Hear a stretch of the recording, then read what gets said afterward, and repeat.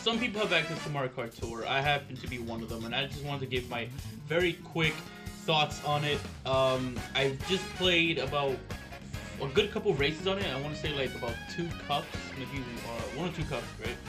And the game's okay. There's not really much to go off of on it. It's basically, it's free to play. It's a gacha system game, meaning that if you're unaware of what gacha system games are, it's basically like a free to play game where it makes its money by you summoning characters, and then those characters are better or good at certain things. They have rare characters, common characters, ultra rare characters, that sort of thing.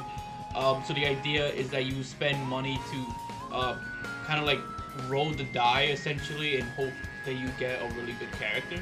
And I don't really know if this will work for Mario Kart Tour, because I feel like Mario Kart Tour is not really a game that does well with a gacha system, or at least maybe not Mario in particular, because Mario is not, I don't know, I don't see it working out too well. Most of the time that I see people go for gacha style games is usually to get their favorite characters from these different franchises, and Mario, I don't really see it working in this style. I mean, I could be totally wrong. I'm not, you know, an expert in what makes gacha systems successful, but I just feel that most people are not going to care too much about Mario Kart Gacha. However, even with that being said, how's the gameplay? The gameplay is pretty good, actually. The only problem I have with it is that it's a little bit awkward to play.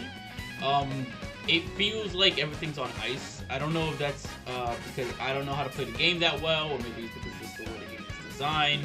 But you basically have to hold down the entire time on your screen to kind of accelerate, and then you kind of swipe your thumb left or right. Maybe not swipe, but you kind of like, you know, move your thumb to the left, move your thumb to the right to how you want to turn.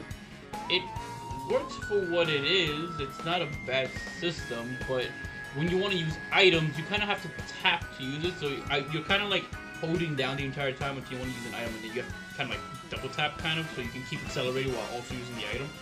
It's a little bit awkward, honestly, and because you're constantly doing this the entire time, sometimes the cart just kind of like goes a little too far to the left or too far to the right when you're trying to turn, so it can be a little bit awkward, but for the most part it's alright. It kind of feels like a Mario Kart version of Mario Run, where it's automated and then you just kind of guide them.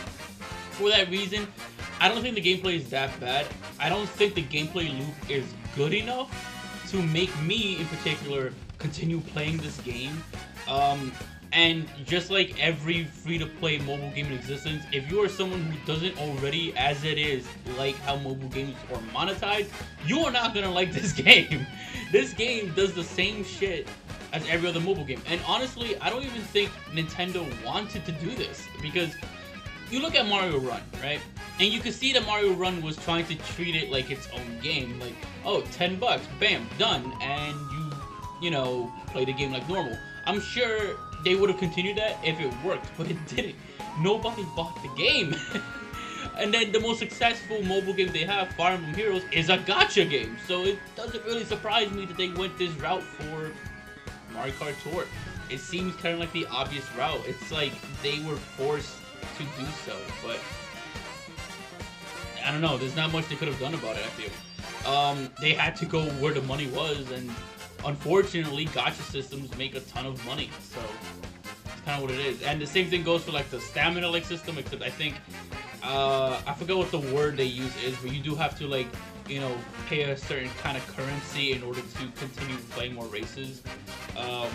It's a whole thing. Basically, the usual mobile game monetization garbage that is in every mobile game to this point is present in Mario Kart Tour. So I'll just say this much. For me, when I'm playing Dragalia Lost, when I'm playing Fire Emblem Heroes, it doesn't bother me too much because I kind of, you know, cycle through the games. I don't really, you know, pay. I never put a dime into any of those games. So it's possible you can play Mario Kart Tour without doing any of those things and just enjoy it for what it is. I'm probably going to end up doing that because, again, I don't see the gameplay loop being strong enough for me to stay there.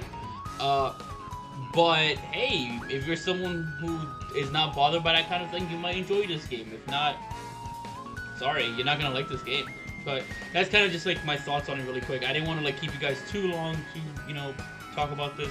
So I'll just let you guys go for now.